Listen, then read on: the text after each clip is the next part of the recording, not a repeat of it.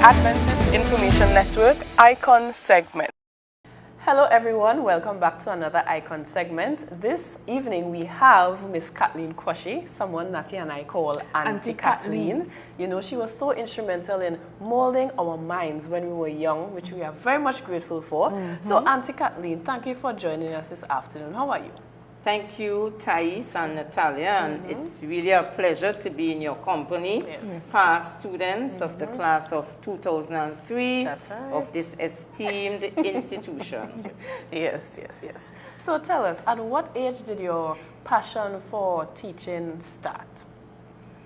Well, my passion for teaching started at the age of 15, 16. Okay. Yes, I was still at the Harmon School of Seventh-day Adventists. Yes, big up Harmon's one time. Yes, Harmon School of SDA.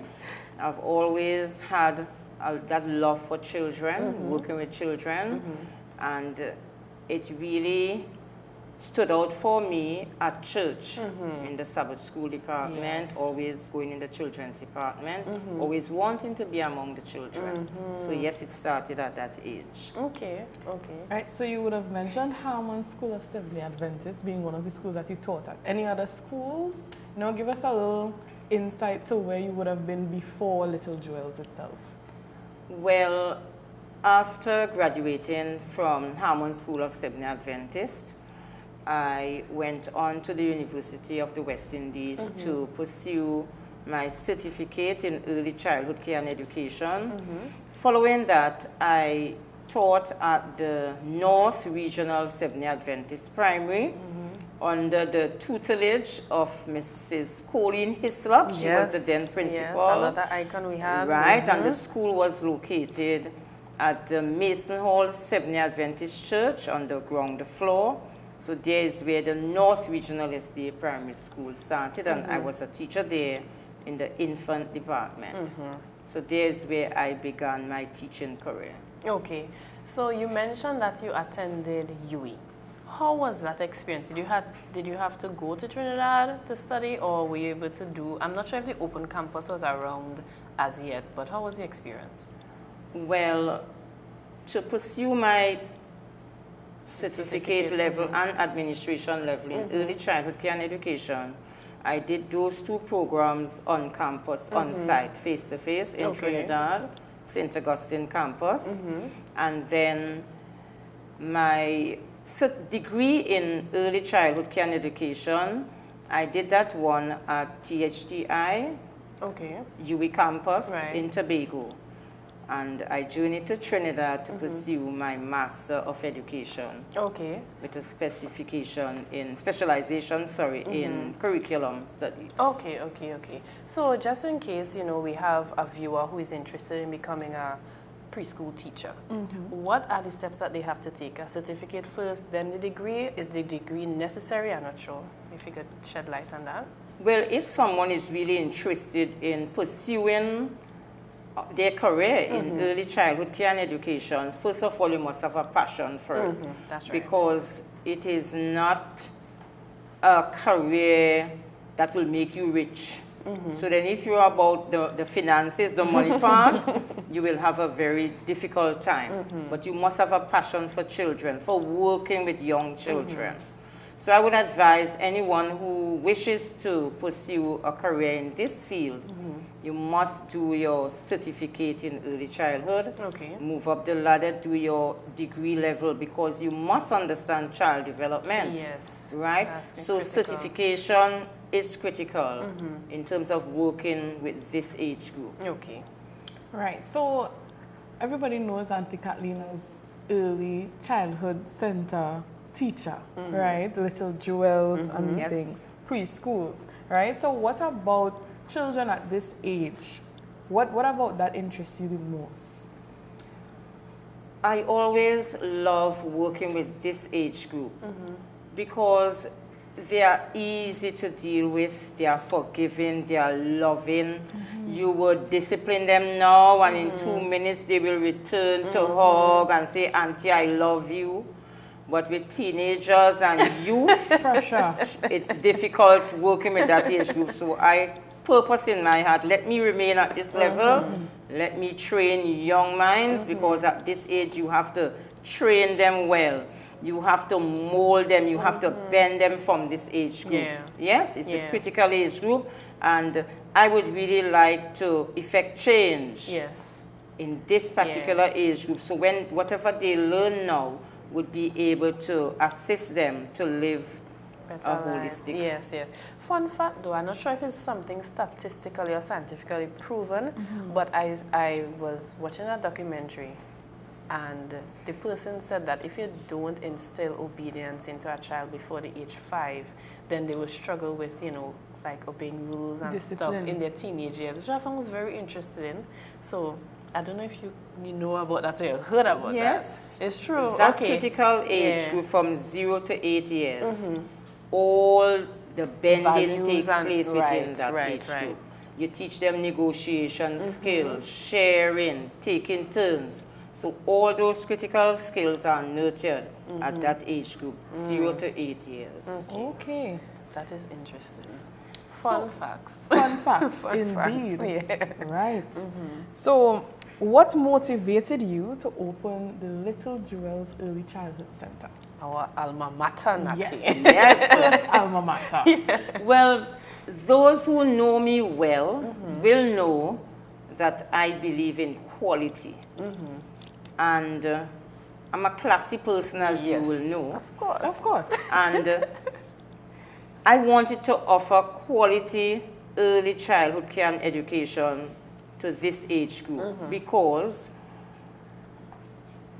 during that time, during those years, in 1996, 1997, during that period, I noticed that children were going to preschools.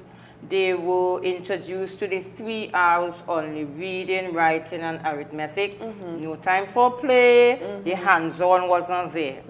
And then when I reflected on my own childhood as well, we never had that opportunity to play and use developmentally appropriate apparatus and so forth to develop your fine motor, your gross motor skills. So I said, hey, let me do something for my community, right?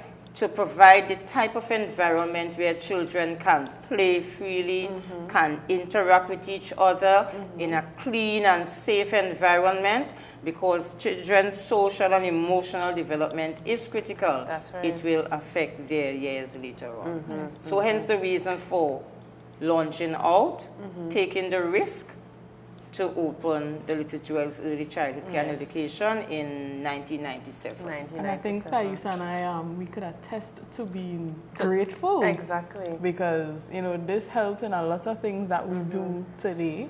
Being That's brave, right. speaking out. And our quality of work. So fun facts again. We're spilling real fun facts today. Yes, because this is our school. Yeah. So recently I think I was doing some assignment, and I was telling my daddy, I need to get it to, like, you know, there's certain quality wherever. And he's like, this quality thing, I know it come from Auntie Kathleen. It come from Auntie Kathleen. No, so, it's important because I usually tell persons to aim high. Exactly. Aim high. And I always live by what Proverbs say, whatsoever thy hand findeth to do, do it with all thy might. So you aim high. Whatever you do, you aim high.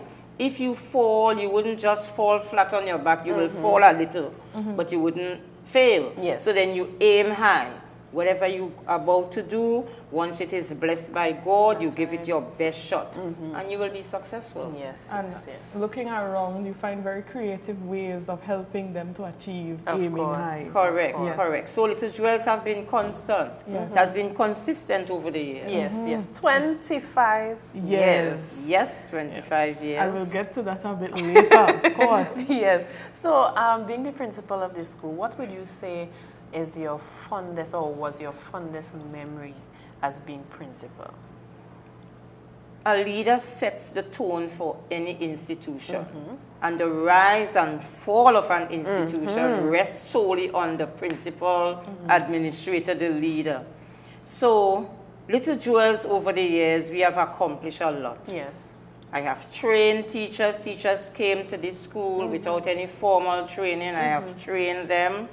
I have set the tone for their overall performance, how they write, how they speak, their presentation of their lessons and their activities, that they must plan in detail before coming to the classroom. So, yes, setting the tone over the years, seeing our past students achieve, right? Natalia, you all are perfect examples, right? Seeing them achieve over the years. Also, when we started the school, we were at a rented facility, and then we moved to my father's garage, and now we are in our spanking new building, the dream school that I had envisioned over the years. So here we are. This is one of our greatest achievements. And you see, that was one of the questions. So having your own space, rent-free, looking at how you all have developed over the years is a great accomplishment. It is, and I give God praise and thanks. Yes. Right, so you spoke about the accomplishments that you achieved. You mentioned the school as being one of them. Are there any more accomplishments that you'd like to mention? What was your most rewarding accomplishment? That is my question to you. So far, to date, being able to give back to the Tobago landscape.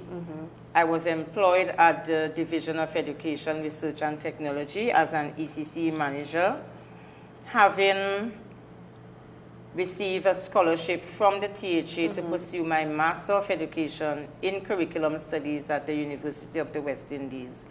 When I was asked to serve in that capacity, I did not hesitate because I see it as giving back. But then being in your own space is always the best feeling because you are more flexible to do whatever you envision, to implement your plans and projections, you know, whatever dreams you have, you see them come to fruition. So yes, this, and also receiving the Pandemic Champion Award. Really? Yes, Congratulations. during the pandemic, our school, and I'm proud to say, had the best online program at the early childhood level, where we had 65 students enrolled. Wow. We held school 4 days per week, morning and evening school for all our students. That was a great accomplishment to see our teachers execute on the virtual platform effectively. So yes, that was a big accomplishment, and receiving that award was that is a big humbling, rather humbling, and I thank God for that. That's wonderful. So it's been 25 years, Thais. Auntie Kathleen, it's your 25th graduation with your little ones. Yes. Tell us how you're feeling about that. We are all excited about it. 25 years. Sometimes when I reflect, I look at all the videos and photos and I just give God thanks. Because had it not been for God, we would not have been successful for the past 25 years. So this year would be our 25th graduation on the 25th of June at the Magdalena Grand. So it will be a grand event. We are expecting certain dignitaries to be there to share in this memorable experience with us. And the last Thursday, the 4th, we held our Sports and Family Day, our Grand Sports and Family Day. And that was Eagles the and overwhelming support, over 300 plus supporters. Oh, wow. It was really good. So God has kept us. This is God's school. It was founded by Him. And may I add this part, when we opened this school in 1997, I made a promise to God. Lord, for every 10 students you give me, I'm going to enroll one free of charge. And we have kept that promise over the past 25 years. And I believe it is because of God's doing, hence the reason for the success of this institution. And this institution will continue to excel, it will continue to grow, right, and it shall prevail. Amen. Amen. So we spoke about the, the positives and the good things, but life life be life Has in it, sometimes. no you know? bed of roses. Exactly. Ties. So we have some downtimes and we have some challenges. So Yes. what would you say is a challenge that you would have experienced over the years? One particular challenge I had is that, sometimes you will have teachers at your school, they do not share in your vision. So then you always have to be grooming them and pushing them to improve their practice, Yes. to remind them that this is all about God. The motto says, "Lo, children are a heritage." And if we go wrong at this age group with these children, it will be difficult to unlearn. So then my greatest challenge, was, some of the teachers, they did not buy into the vision, to the vision of the school or my vision. And then I had to probe and push and coax to ensure that they stay on course, to ensure that the legacy of Little Jewels live on. Yes. Okay, so at this time, we will take a quick break and we will be back for more.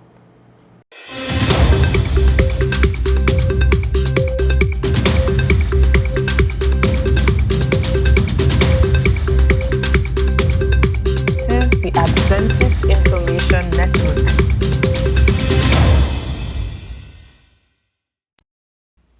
Come and be a part of our family. Join us every Friday at 6:30 p.m. for family worship.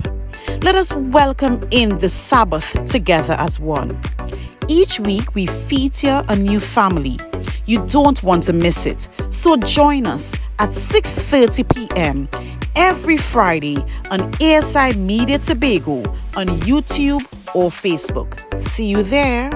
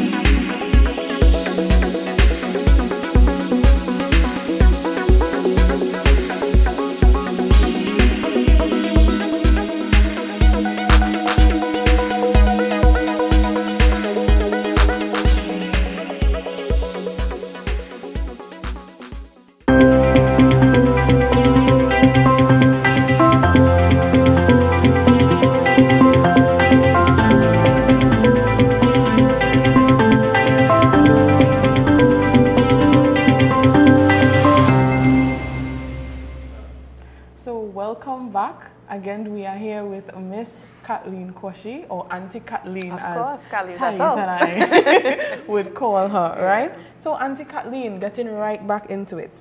Are there any new initiatives in mind, any new goals, visions, ideas that you'd like to share with us? Oh, yes, certainly. So far, we have instituted our agricultural project. That is a plus for our school. We have the students experiencing both worlds.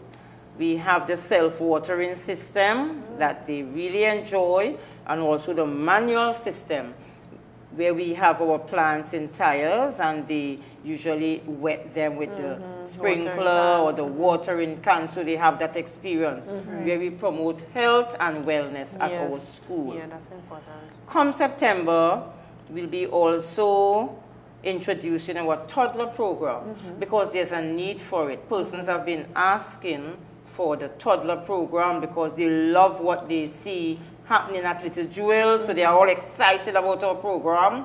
So we'll be having, yes, our toddlers from 1.5 years to 2.5, and then they will transition to the preschool program. So we have our toddlers coming on board come September. Also, we have just completed our upstairs, our top floor, We will be doing a lot of different businesses upstairs, a lot of business ventures for the community. Because my vision is for this compound to be a safe place for the children of our community.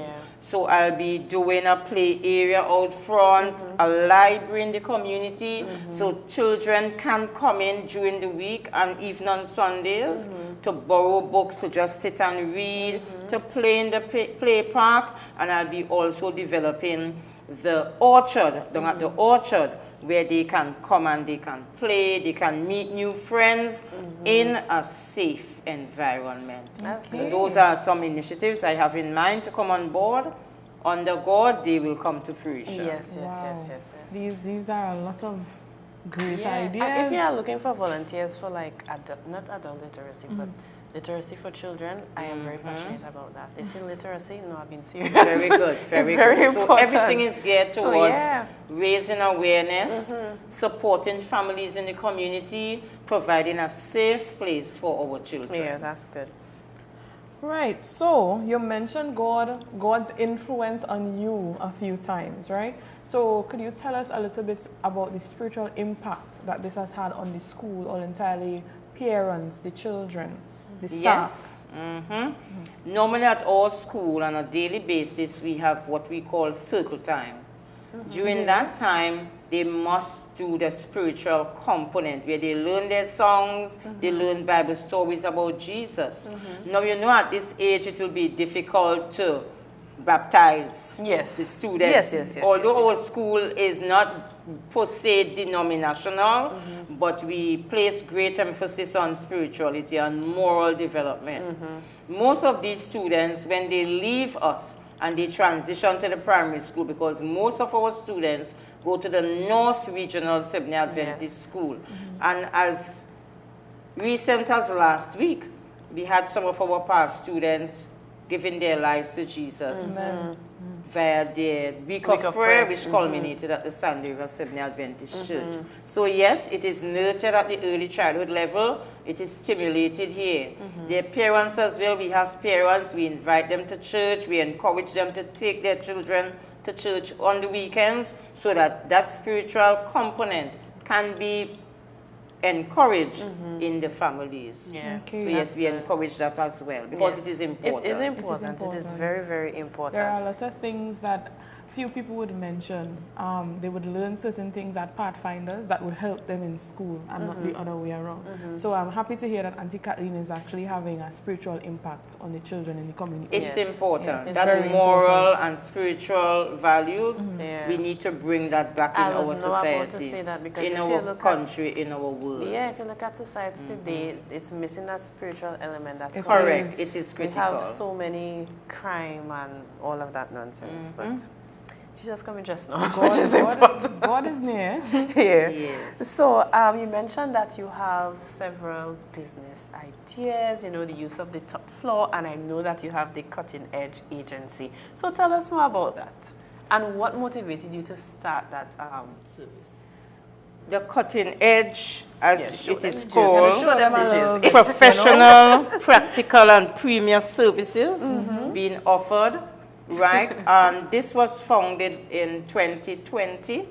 You know, a lot of teachers at the early childhood level, they reach out to me for support, training and workshops and so forth, because little jewels is out there, and everybody, you know, everybody is amazed at what we offer here at the school. So they would like to know about curriculum delivery, how to plan, how to execute. So hence the reason for hosting and launching this new initiative, where we train teachers, we go into schools and hold workshops and so forth, so that all our teachers on the island could be at least be on the same page, because at the end of the day, we want the best for our island, our children. So here, teach one kind of networking, hence the reason for Cutting Edge. And you see Cutting Edge because I believe in professionalism and delivering at a high level, high standard. But I must ask though, 2020 was the pandemic. Yes. So how did you launch the service before the pandemic started, or was it birthed during the pandemic? During the pandemic. Because I did a lot of training, personal development, so that I can be able to be effective in training others. Yes. So it was birthed after. Okay, that's good. Well, thank you, Auntie Kathleen, for joining us here this afternoon. We truly enjoyed the knowledge that you have shared with us. It was nice seeing you. I haven't seen you in a while. Very long time. It was my pleasure. Yes, it was nice seeing you and catching up, and we do know for sure that the audience would have enjoyed the interview. So thank you. Before we finish, Auntie Kathleen, can we look forward to the traditional from this moment in the graduation? Oh my gosh. Oh yes. Okay. Oh yes. That was our graduation song. Yes. Come over to Little Jewels and see what they are doing just for me. That's our school song and our traditional graduation piece. Yes. From this moment. Yes. And now is the best time to sing it, because believe me, your throat goes down as you age. I can't make those notes anymore. So thank you, Auntie Kathleen, for that experience. Thank you so much. And also thank you for being with us this afternoon. You're welcome. Thank you so much. It was my pleasure. So ladies and gentlemen, do enjoy the rest of your evening.